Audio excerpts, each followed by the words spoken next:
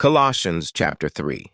Imagine waking up one morning and realizing you don't have to live the same way anymore.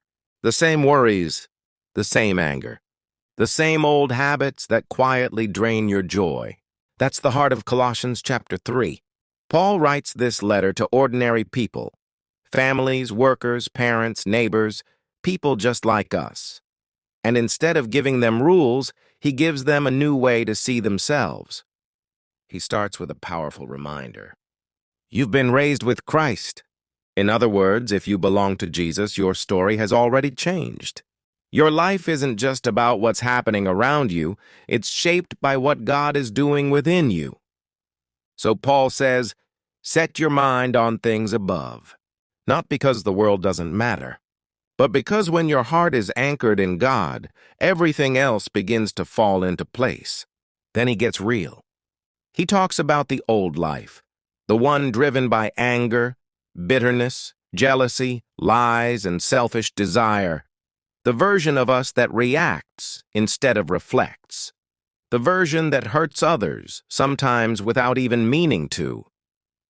Paul says, that life, it doesn't fit you anymore, because when you came to Christ, something old died and something new was born. He describes it like changing clothes.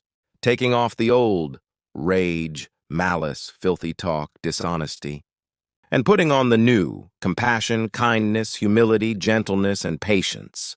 And then he says something beautiful.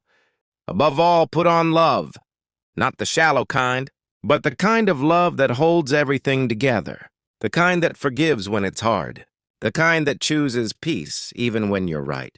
Paul reminds us that peace is meant to rule our hearts, not chaos. Not fear, not constant frustration. And gratitude? That becomes our language. We begin to notice the good again. We speak differently. We live differently.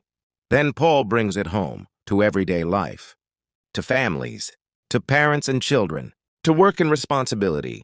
He says, whatever you do, whether you're working, parenting, serving, or resting, do it as if you're doing it for the Lord. Not for applause. Not for approval, but with purpose. Colossians 3 isn't about being perfect. It's about becoming more like Christ, one choice at a time.